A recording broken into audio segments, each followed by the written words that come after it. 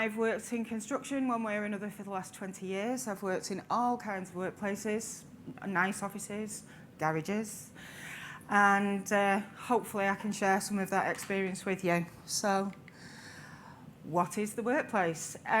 Basically, it's where people come and they meet the tasks and the activities that the business wants them to do to fulfill their role. Most of the time it takes place in an office or in that kind of environment. Mostly the environment is suited to the tasks that we're asking of our employees, whether it's an office, a mix. The environment's designed to support the business need though, not necessarily the employee need. And with a few notable exceptions, Google, the workplace has not largely changed much in decades. Was there ever a before now? It is just less than 2 years since the pandemic started. It's not really a lot of time, but it feels like forever. I don't know how you guys feel, but I feel like we have been doing this forever and a day. It's hard to remember what it was like before. When we came into the office, we commuted, we got coffee, we complained about public transport. We can complain about public transport, we look after the trains. But we were together. We did meetings, we looked at flip charts, we shared ideas, we supported each other, we gossiped. Other words, we said, let me have a look. If we got stuck, we were there. In the before though, the businesses invested in real estate to facilitate that. We had offices large enough to take the team, whatever the team was. Sometimes they might have been cramped, sometimes we might have all been working like that, but they were there. And we were usually close to the customer or to the other parts of the businesses, and then the world went mad. And we changed everything about how we work in 0 time. Joshua was saying earlier on, you know, he found out about his changes on Sky News. That must have been absolutely wonderful. We were kind of similar, to be fair, in transport. We didn't get much notice either. No one could prep, no one was ready, we couldn't consult. The media told us a different thing every other day, and we had to just muddle through. And it was scary. Staff didn't know what was going on, didn't know what was going to happen to their jobs, their roles. Businesses didn't know what was going on. New words like furlough came up with all the admin and the bureaucracy that went with that. And the key word for the last 2 years, I think you would all agree, has been uncertainty. We just don't know. What is remote working? Well, do you remember the good old days of the 80s when it was hopping from plane to plane and looking like a yuppie and very smart suit and all the rest of it? Having meetings in coffee shops, the new coffee shop thing. That was remote working for almost all of us. Otherwise, it was like a home thing, and you used the word handmade a lot, and it was sort of a cottage industry, and there wasn't very much in between. You were either racing around like an idiot or you were making things. It wasn't a reality for most of us. Where we worked were the locations set by the business, by the corporate body, not necessarily at home. Then this happened. And does remote working work? Version 1. Well, that would depend on who you ask. If you have an office at home or you have a space where you can be comfortable and you can have the nice glossy desk and a proper chair and you can have your screen set up so that you're not breaking your neck every time you're working, then that's great. At the end of the day, you can get up, you can walk out the room, you can shut the door, and you can decompress. That way, it works. Hands up who recognises this. We might have experienced it. We certainly saw it on the media. My personal favourite is the ironing board.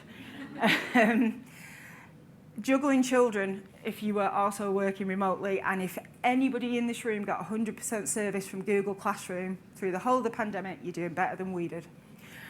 No dedicated place to work. You're at the kitchen table. You're on God knows what kind of chair. You're wearing a child like a hat.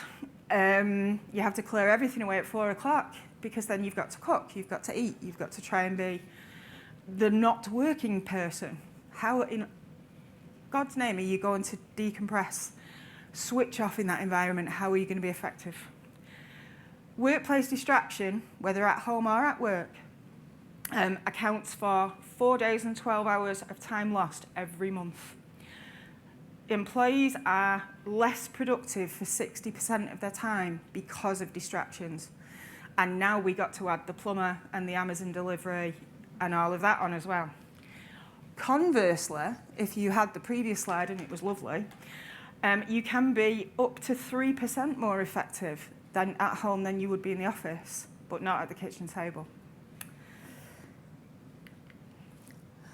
So I promise I haven't got too many of these stats, and I'll gloss through them very quickly, because if you're anything like me, you don't like graphs.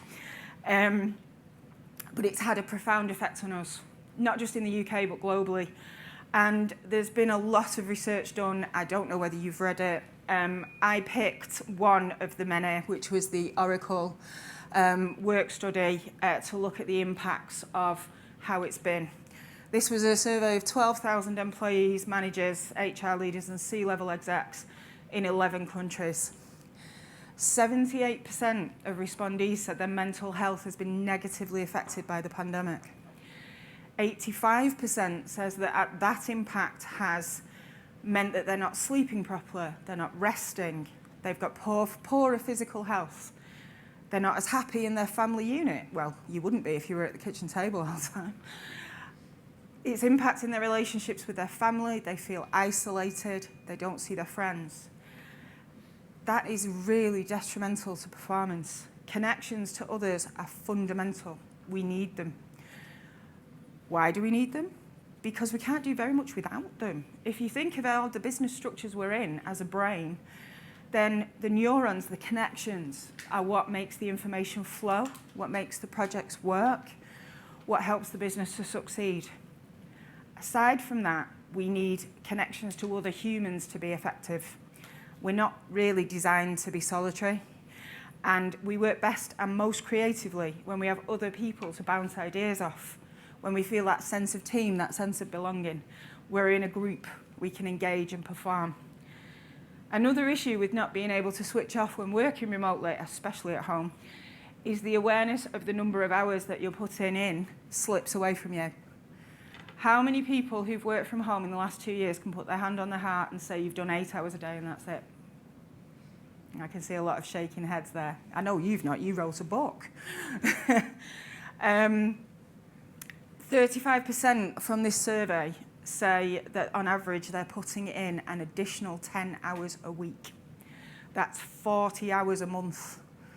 That's the equivalent of an extra full week from every person. And regardless of the salary and the benefits, can you imagine the exhaustion? A lot of managers would probably smile and say, awesome, love that, thank you very much. But the impact of it is 25% of the respondees say they have burned out. Not just they are experiencing burnout, but they have burned out as a result of the pandemic and the remote working effect. And burnout is a significant risk to both business and our mental health. Existing technologies, and I'm sure you won't believe this, but I'm old enough to remember a world without mobile phones, make it very hard to switch off. Even before all of this insanity, our phones, our devices, we are checking emails all the time, we're checking messages all the time. Presenteeism, whether you're actually physically at your desk or you're just doing this on your little screen all the time, is a badge of honour. Well, it's not. Now imagine the mental pressure to always be available, but now you are. You can't get away. You know, all of the tech that you use, your laptop, your phone, your tablet, your iPad, whatever, is now with you 24 hours a day. The job is with you 24 hours a day. How effective are you going to be in a few weeks of that? Never mind 2 years. Our last statistic, beg your pardon, links this incredible stress that we've placed our workforces under. 76% of the people now believe it is the company's responsibility to protect the mental health of their workforce. Now that is tricky. If we're all honest, the businesses we belong to, the teams we run, we weren't doing very well at this wellbeing and mental health initiative thing before the pandemic. Never mind, now we've got a global impact on markets, sales pipelines, the ability to carry on, And now we're going to take on a task that we've avoided for decades. And we're going to do that in global upheaval. Well, there's a task and a half. So, what are the impacts on the actual work of this? Well, positives and negatives. Some people do make remote working work and have been the better for it. When it's done well, with consideration for family, for working hours, for role, it can be very successful.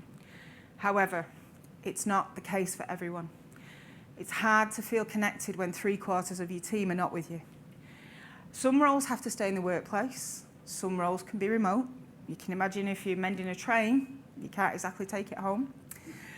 But how do you feel engaged when you sit alone in an office that's for 15, 20 people? And I've done that a lot in the last 6 months, and it feels really uncomfortable. Creative, collaborative work suffers the most. People can't get together, like we said. We can't bounce ideas off each other, lean over, draw on the same flip chart. You can't say, oh, pass it here, let me see, I'll sort it. And then we get technology, and we weren't ready. Systems we used just fine before, when we had broadband to die for, dedicated fibre links, we could be online all day, just failed when they had to go to people's houses and you were trying to deal with, I'm not going to mention any names, but the broadband we have at home. At Siemens prior to the pandemic, we used Circuit for everything. Video conferencing, conference calls, everything was on Circuit. That lasted a month. And then it died painfully, and we were on Microsoft Teams after that, and we have been all the way through. We need to solve the technology problems with ways to collaborate remotely, with ways to share projects and ideas in real time, but that's got to come without interruptions or distractions. Can you imagine if you are going to collaborate on a project and everything comes to you by email? You would get nothing done. You would spend your whole day reading emails and maybe replying, perhaps. So the survey says, this is the workforce one, and you'll see, this is the World Economic Forum's survey on flexible hybrid, and you'll see some big numbers there about people saying flexible, working, not all remote, not all in the office, a mix is going to be the way forward. There's some real food for thought on that slide. I appreciate it's a bit small. But if 66% of the people who were surveyed are saying that their employer should be more flexible in terms of requiring employees to go to an office as opposed to just working wherever they can, that's a big number, a big, big number. And we need to take it seriously. However, I hasten to add, this is some management opinions, not all management opinions, and I'm sure no one in this room ever thought this. We've seen the lovely comments from the big investment banks about remote working, and that's got to stop, and you've got to now come back and do your 14 hours at the desk, and God and Gecko and Greed is good and all alive and well. But this is from the BBC Work Life study on hybrid working. Some from America, some from the UK. I'll throw some stats at you. 72% of managers currently supervising remote workers want all their subordinates back in the office. 200 executives do not have full faith that a third of their staff will correctly utilise the technologies to make remote working successful and deliver on the business objective. 41% of managers surveyed by the Harvard Business Review were sceptical about whether their tele or remote workers could remain motivated. Not just the US. The Chartered Management Institute in the UK managers, half of them expect their staff to be in the office at least 2 or 3 days a week. Why?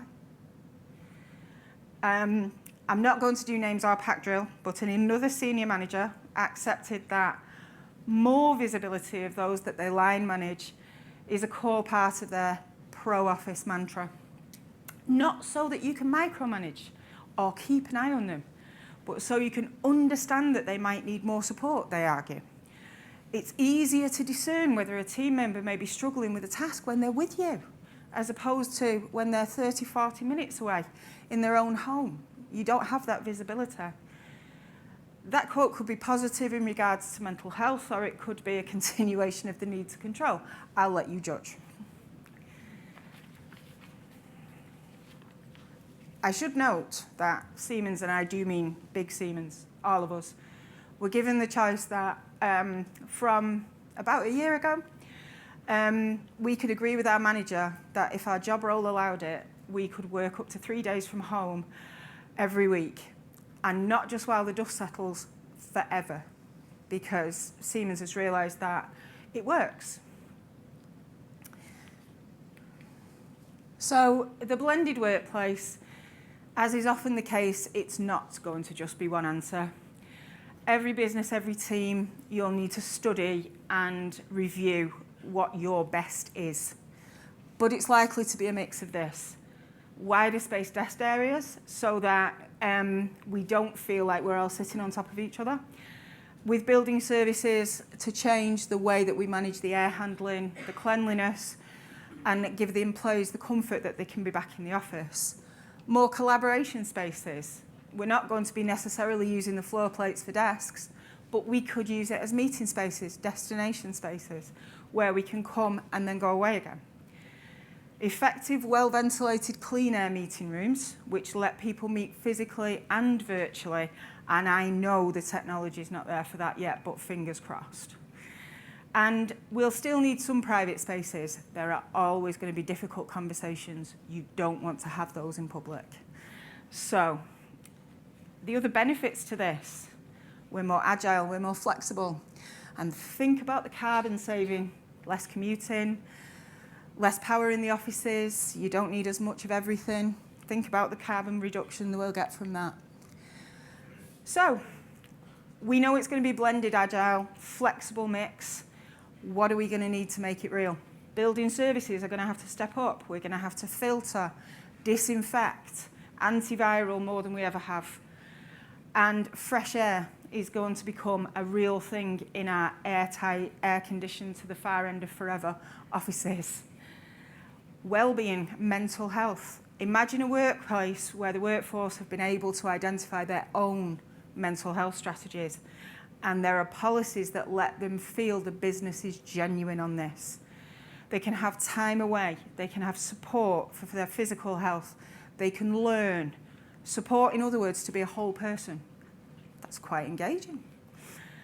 If your workforce had 67% less absences, delivered 6 times the performance, and were 3 times as likely to stay with your organisation, you'd be ecstatic, wouldn't you? But that's what you get. That is the gift of an engaged employee.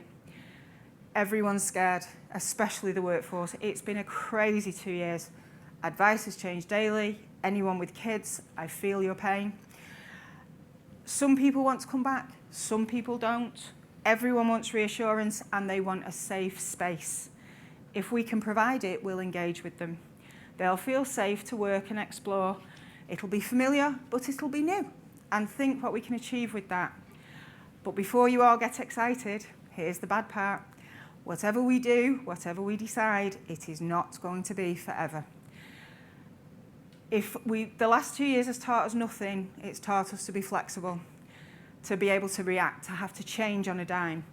Whatever you decide to do with your workforce and how your workplace is going to look, maybe you'll get 5 years tops, 2 or 3 in the technology industry, and then it will all have to change again. Tools' lifespans will be shorter. They'll need to adapt regularly. Our procurement will change because we don't want to pay variation costs for every single adaptation. Better we find hybrid, blended solutions now that can adapt, can flex, can be, forgive the pun, horses for courses. It will save a fortune in the long run and everyone will be safer, happier and more productive. And who does this all fall on? Sorry guys, the FMs, our workload just went up again. We will need to lead the physical changes, the changes to building services, the improvements, the alterations, cleaning, maintaining, managing new equipment, improving welfare facilities, room and desk bookings, that's all with the FMs. Although I don't dispute the IT teams will not have a great time of it either. Additional training, being more of a subject matter expert than ever before, and aligning more closely with the direction of the business. The FMs are going to need to see the glide path so we know what we need to bring in and we know in advance what we need to do. Economies of scale. Gotta love only doing something once. If we can react to these changes more quickly, then we'll get a better outcome. So, how do we do it? 5 easy steps. If anyone wants the more detailed model, see me later. Can your business model cope with hybrid? Some people can't work remotely. As I say, you can't exactly take a train home. But some can, some can't. Do not look for a one-size-fits-all solution. It isn't there. What do you people actually want? Have you asked them? You may think you have to do sweeping global changes and the world will end. They might want half an hour's flex at each end of the day. Ask. Get the right platforms, tools, and technology. Nothing more frustrating, and we all know this, than trying to work remotely and the IT's gone pear-shaped. Make sure what you use is robust, effective, and secure, because the majority of what you do now is going to be in some virtual universe. You don't want your corporate property disappearing into the ether. Measure everything. Get data on every change, every type of work, how people feel, your performance, the last time a sparrow landed on the roof, everything, and review it often. Use it, get the best from it, and let it define your changes. They'll be better for it. And I'm sorry to say, don't use gimmicks. Be wholehearted. It's been a rough 2 years. Don't make this the today thing, the buzzword thing. Trust your people, trust the processes, move forward. Don't be put off by the fact that some of your people are going to go, yeah, whatever. It's been hard. If it's been a bit gimmicky before, and I have worked for companies that did, it's hard to win that trust. Stick to your guns, be straight, they'll come round. The truth is, there is no going back now. The genie is out of the bottle, and hybrid, in one form or another, is here to stay. Embrace it, use it, make powerful changes with it. Any questions?